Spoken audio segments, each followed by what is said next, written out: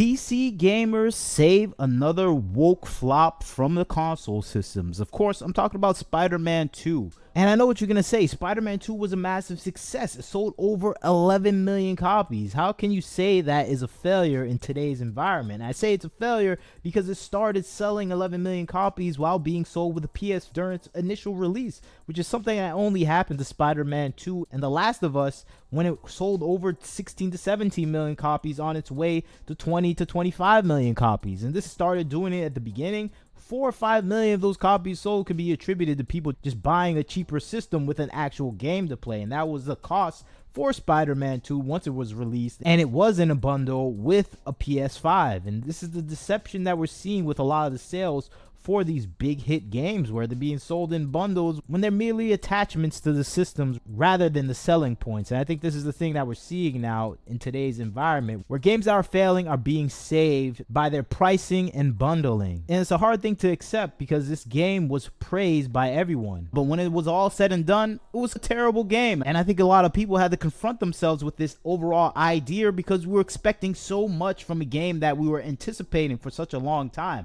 And I think it all comes down to the politics that were injected into the game and the dynamics of the developers themselves, focusing on the most irrelevant characters in the game and bringing about a reluctance to actually make a good Spider-Man game. And I think that was the result that we're getting with Insomniac Spider-Man 2, because we got a game that was filled with emotions and overall boring and repetitive fighting, and on top of that, playing as characters that we really didn't want to play as. And some of these characters, like Mary Jane, were so unrealistically powerful that it broke the overall suspension of belief when you're playing as a mid-looking model that is supposed to be the furthest thing from a superhero doing superhero things. And I think that's the thing people were tired of with this game, where it just took you out of the Marvel cinematic world, where you didn't feel like you were in a Marvel movie anymore. You felt like you were in someone's diatribe of their personal political progressive philosophies in every moment of this game. And I think that's the thing that pushed away the gamers, especially when you look at some of the specific character models with characters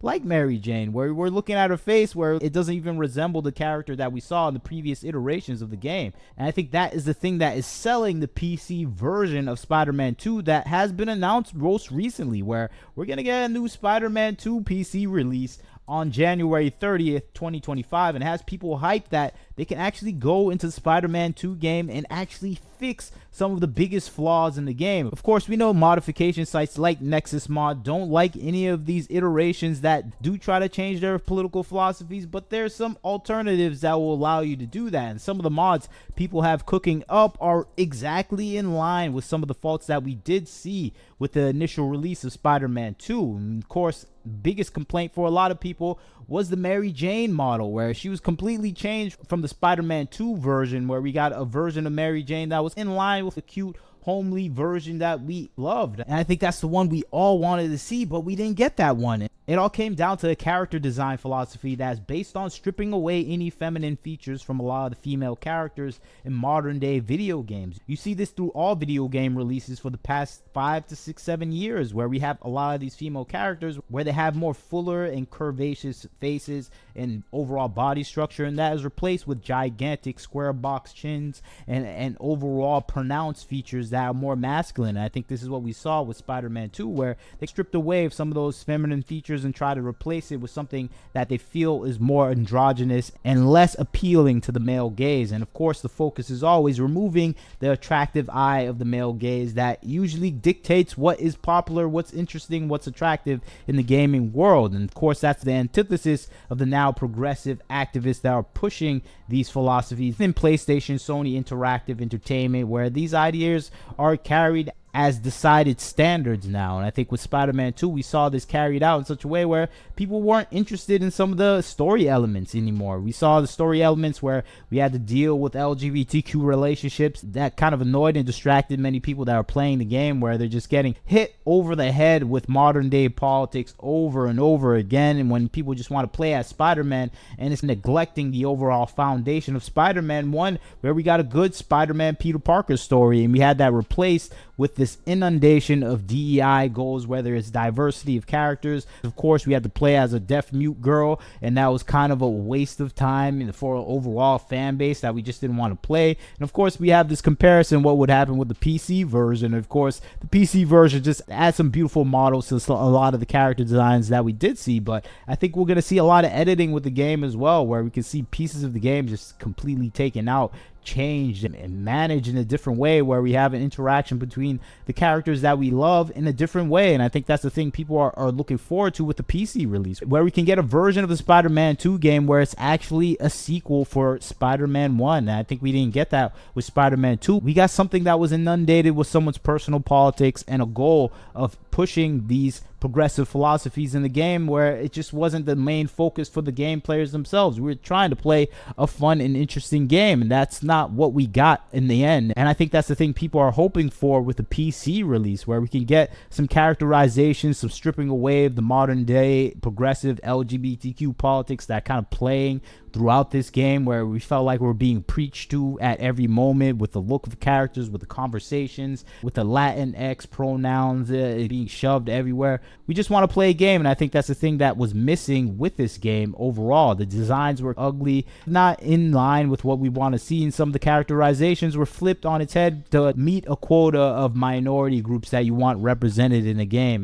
That's not how you make a good game, by trying to reach quotas for diversity. You get a good game when you're trying to make a game for game players that are trying to have fun, and that's not what we saw with this game. We saw shoved in moments where we're playing as characters that we just don't care about. We're playing as disabled deaf women for some reason. We're playing as a Spider-Man that has no say-so in their future, that doesn't feel like a character that has any directive or any stimulus to do anything. And I think that's not the version of Spider-Man or Peter Parker we want to see. And ultimately, this led to the worst action in the game, where you're replacing Peter Parker for Miles Morales. And I like Miles Morales, but I want to play as a regular Spider-Man first before we move on entirely to a different Spider-Man. And this is the overall philosophy we've been seeing in the gaming world and entertainment world in general, where it's about replacing established superheroes with lesser versions of the superheroes. And of course, I know Miles Morales is popular because of the animation, but for me, I still want to play as Peter Parker because that's the